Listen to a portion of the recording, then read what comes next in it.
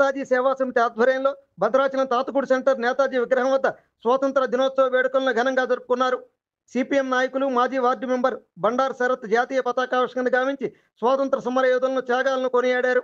ఈ కార్యక్రమంలో కంచెల గోపన్న సేవా సమితి ఫౌండర్ చైర్మన్ దగ్గుపాటి విజయగోపాల్, బాదం జగదీష్, బచ్చు ప్రసాద్, మహమ్మద్ ఫిరోజ్, ఉన్నాన్ రామారావు, రావుల రాములతో పాటు స్థానిక ప్రభుత్వ ప్రాథమిక పాఠశాల విద్యార్థులు పాల్గొన్నారు.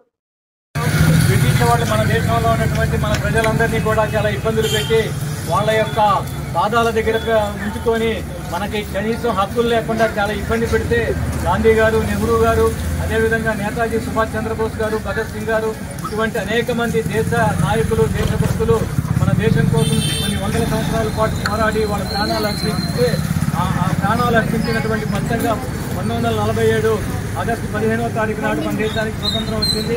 ఆ సందర్భంగా మనందరం ప్రతి సంవత్సరం కూడా దేశవ్యాప్తంగా చాలా ఘనంగా ఈ యొక్క ఉత్సవాన్ని జరుపుకుంటా ఉన్నాం.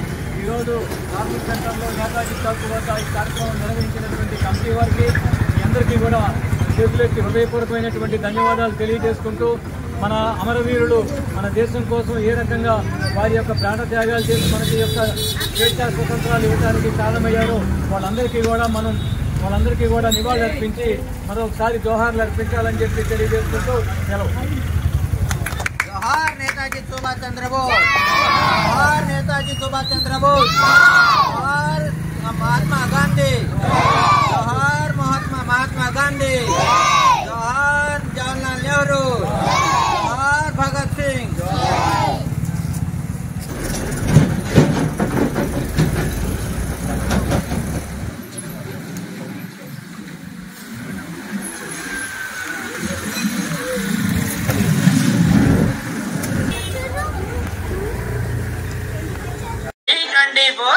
వెలది న్యూస్ ఛానల్ అందరూ చూడండి, లైక్ చేయండి, షేర్ చేయండి, సబ్స్క్రైబ్ చేయడం మర్చిపోకండి.